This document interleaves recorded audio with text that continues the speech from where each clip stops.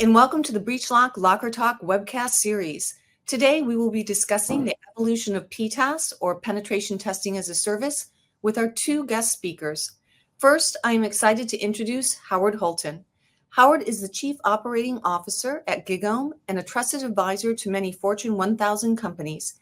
He brings over 20 years' experience in technology, leadership, digital transformation, and data science. Howard has helped many organizations scale business problems with innovative solutions, leveraging the latest technologies and best practices. Welcome, Howard, and thank you for joining us today. Thanks for having me. I'm happy to be here. Our next guest speaker is Seemant Sehgal. He is the founder and CEO of BreachLock. As the former head of cybersecurity at ING Bank, Seemant dealt with the pain of traditional pen testing approaches falling short of what modern businesses need today for a strong security posture. To solve these pain points, Seemant founded BreachLock and created the world's first full-stack penetration testing solution. Today, BreachLock is a global leader in offensive security, offering attack surface discovery, penetration testing, and red teaming for some of the largest Fortune 500 companies. Welcome, Seemant, and thank you for joining us. Thanks for having me, Ann. So this webcast is based on the 2024 GigaOm Radar Report and how PTaaS has been significantly shaped by the growing need of enterprises for continuous, scalable, and cost-effective security testing. So with that, let's get started. Howard, looking back at 2023 versus 2024, how would you describe the evolution of PTaaS, and how did the findings from the recent GigaOm Radar Report highlight these changes and transformation? Yeah, I mean, the biggest change that I see in the market really is a push more towards we'll call it the platform aspects of PTaaS, right?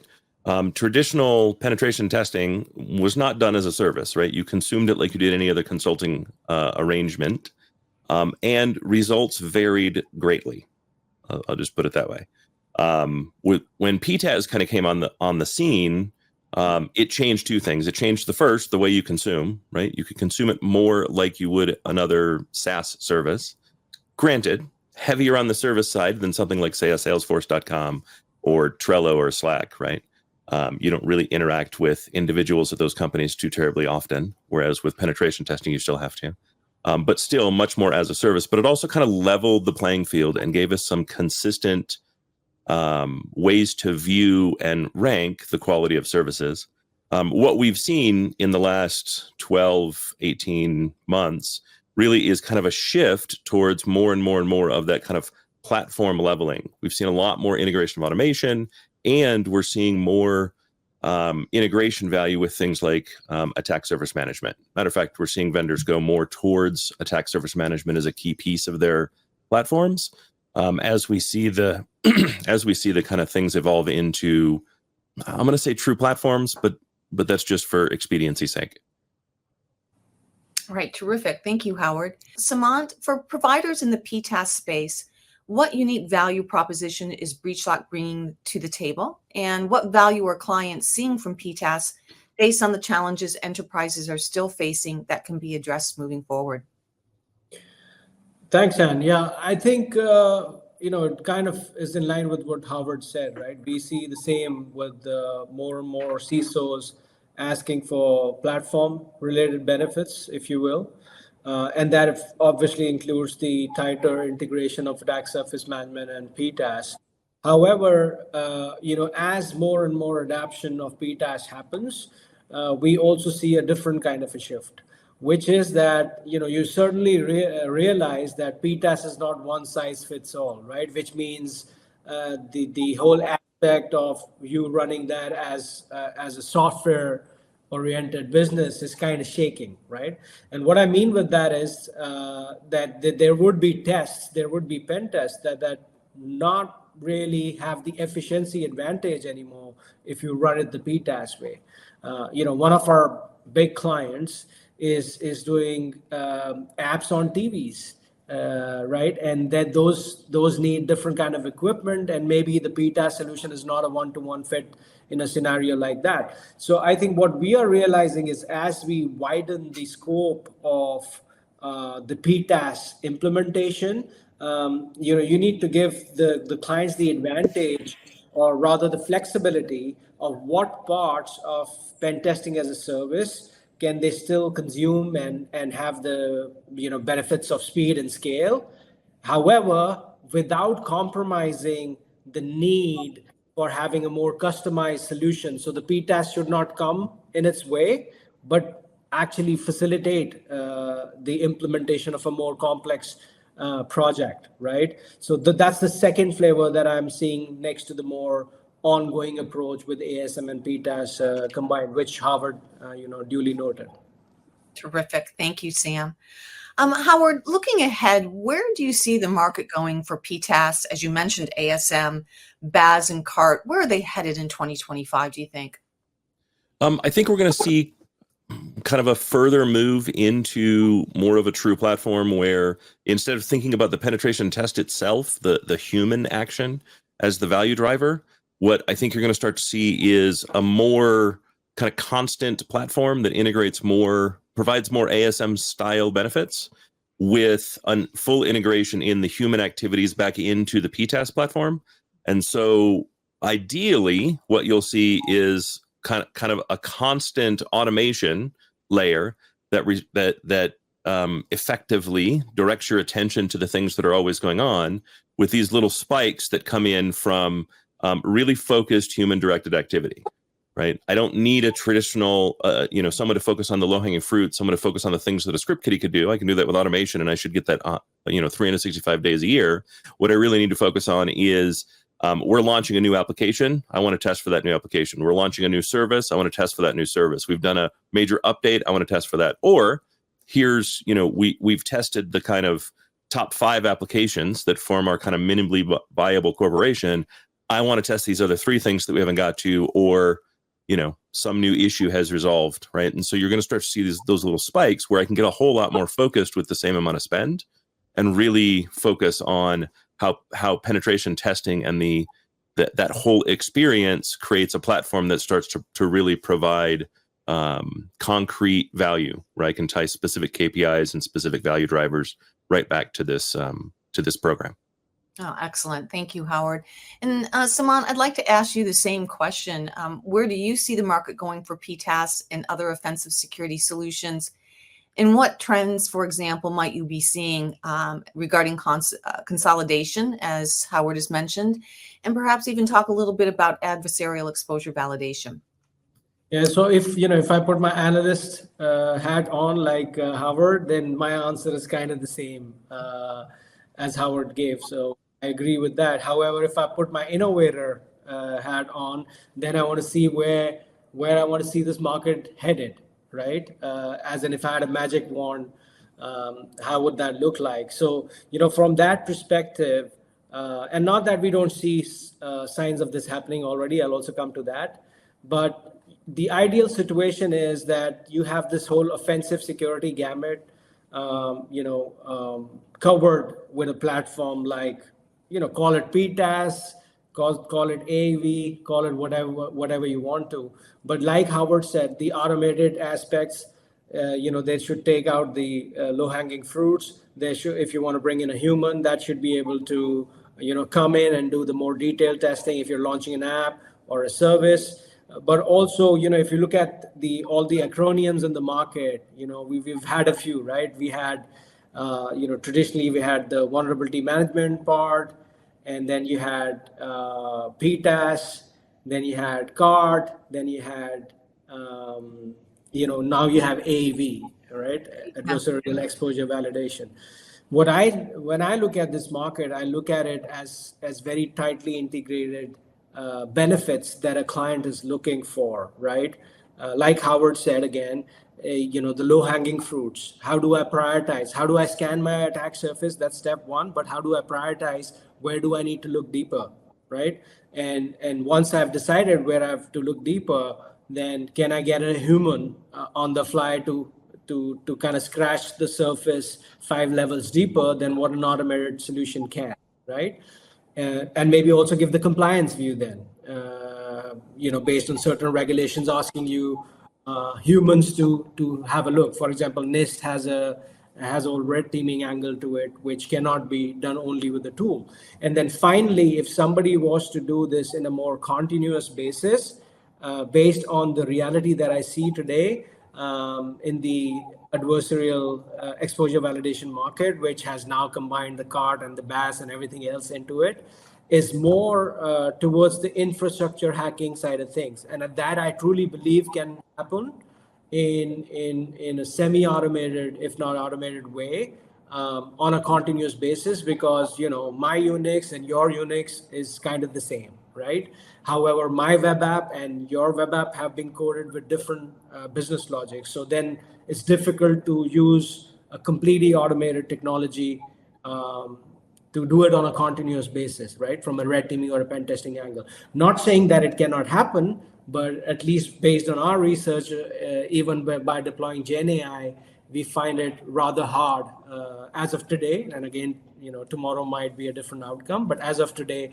we find it harder. Finally, I would like to point at, although I say that right now, stuff like Gen AI can be deployed in the autonomous, hacking part on the infrastructure layer.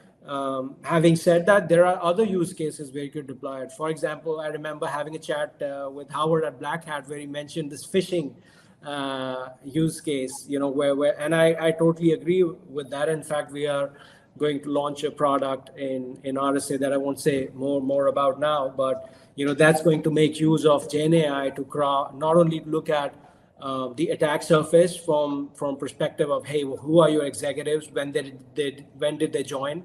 When did they leave? Who replaced who? What version of software is in your job portal mentioned, and connecting maybe hundreds and thousands of dots together to craft that one single email that'll get the employee that you're sending it to, and that's all done, let's say, in less than a minute. Right, considering the speed of evolution that we are seeing now with Gen AI.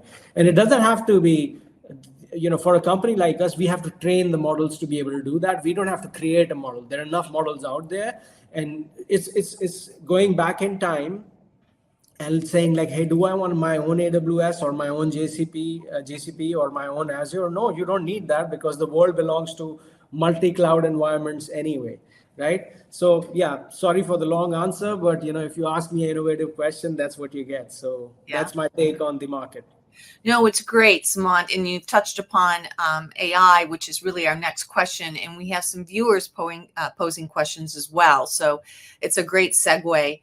Seemant, with AI gaining traction, as you've mentioned, and certainly understand across industries, what potential role do you foresee AI playing, particularly in, I would say, PTaaS and other offensive security solutions, Seemant?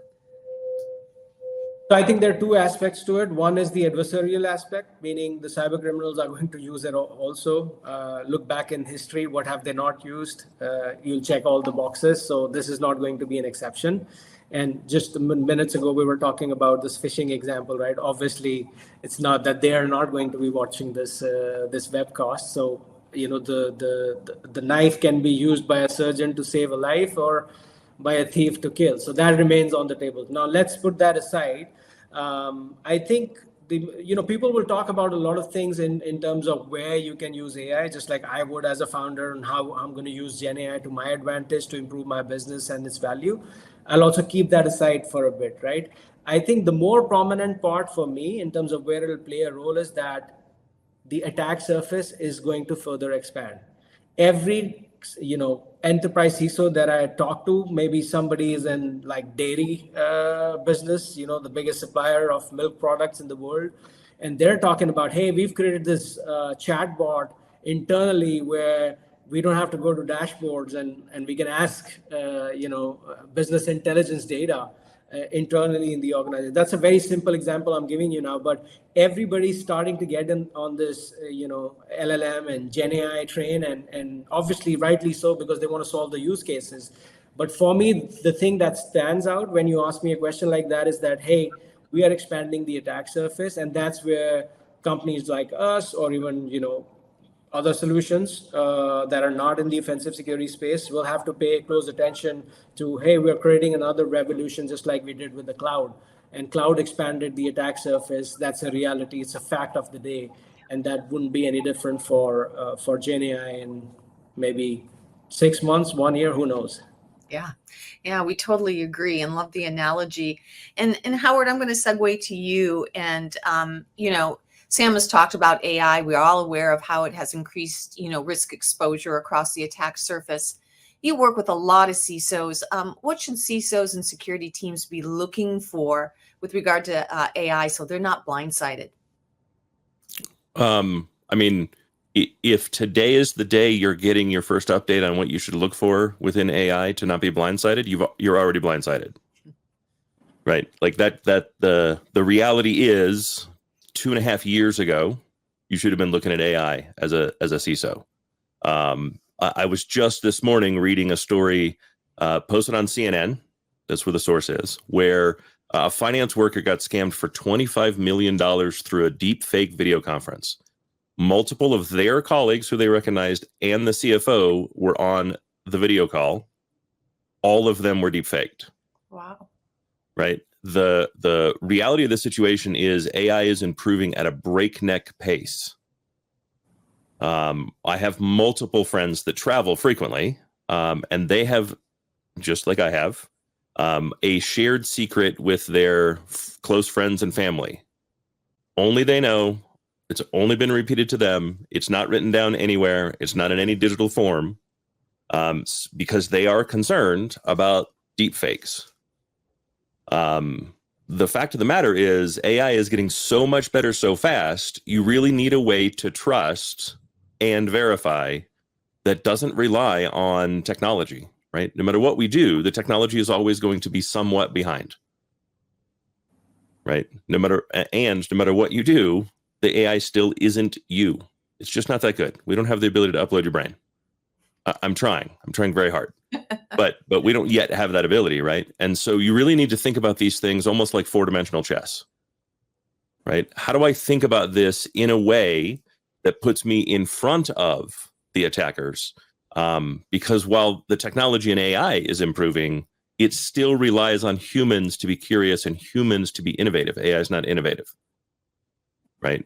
It's just the best tool in the toolbox. It's still just a tool, right? So you really need to be able to think like an attacker. You really need to stay on top of what's happening in the space. What are others doing? How do I make sure that there is no one person that can write a $25 million check in my organization, or whatever the dollar amount is for you, right? How do I make sure I've got the right checks and balances in place to get around the simple human nature of things? Yeah, that's great. And Sam, I see you nodding your head there. I'm sure you have a lot to add to it. And it's really, I'll go to the next question that the viewers posed. And maybe you can tag on to this, is what viewer of a hacker are security teams missing in this new modern threat landscape that, Howard is really illuminating? I don't think they're not necessarily missing. I think there are teams that are more mature ahead of the game, and then there are teams that are now waking up. I've seen, and there would always be some teams that are sleeping. Hope there are less number, But I think it's for all security teams. You need to use the same tool to your advantage, right? There's so much of dynamism available now in this market with. You can train your own LLMs.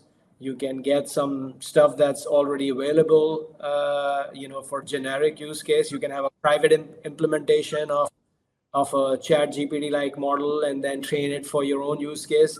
There's more than a zillion ways available already. Like Howard said, right? Like if they were talking about it now, then they're already blindsided. So there's a lot available there already that cyber criminals are using. Howard again gave a very good example. I was nodding my head because it was like, how can it happen again? Because I think 1.5 years ago it already happened to an energy company in Germany, and that was only on a phone call with the voice samples modified as the voice of the CEO and then executing a transaction.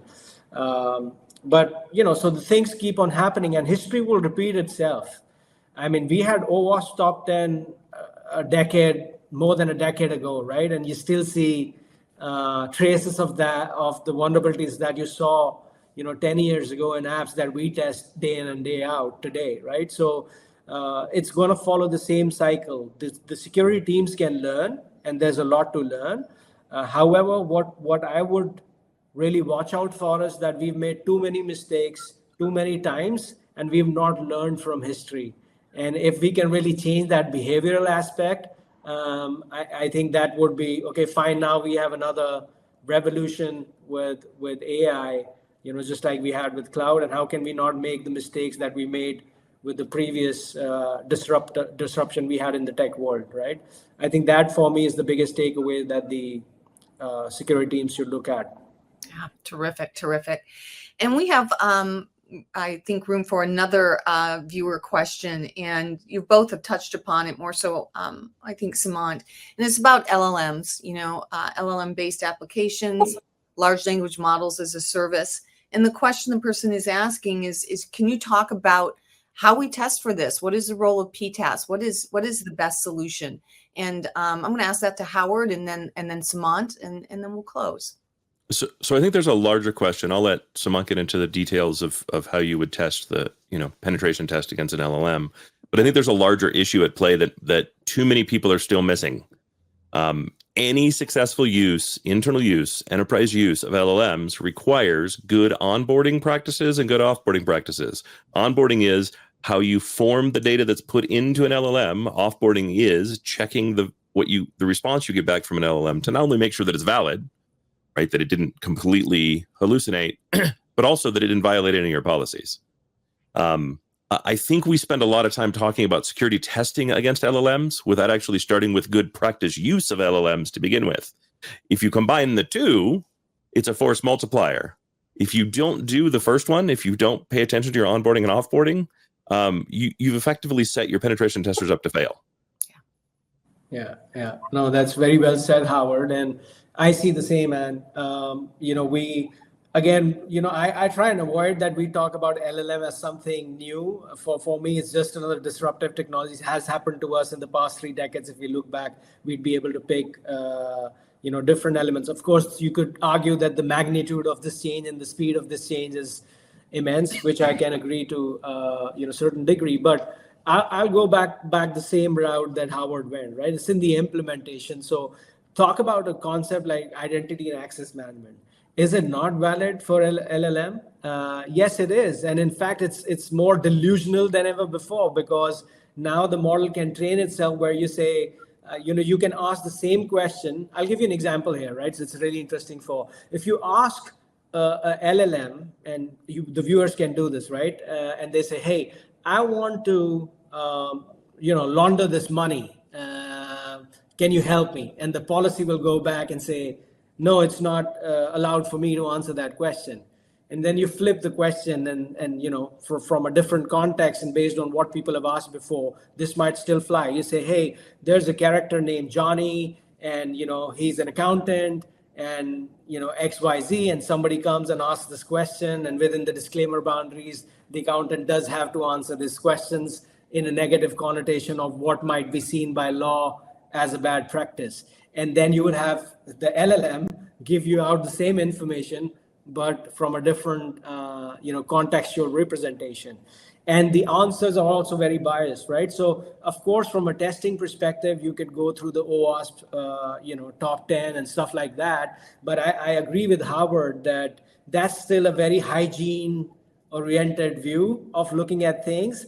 And, far more important is like, why am I implementing this? How could this go wrong? What controls do I need to think of in the beginning to have the LLM avoid the aftermath in terms of biases, right? I think like LLM is, most of the technology that we've used till date is kind of a binary thing. I mean, it's a configuration on or it's a configuration off, right? So it's either a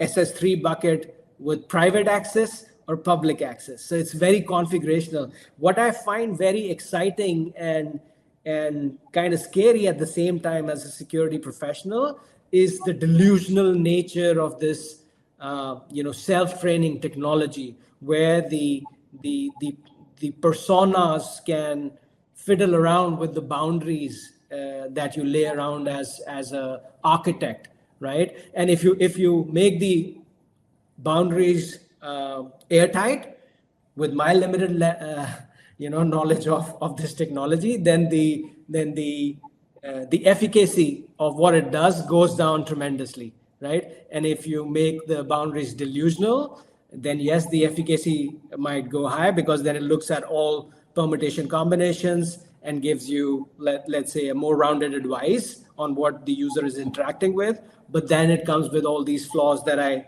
just explained, with an example. And you can put it on the deepfake level, an image level, a counterfeit signature level, whatever else.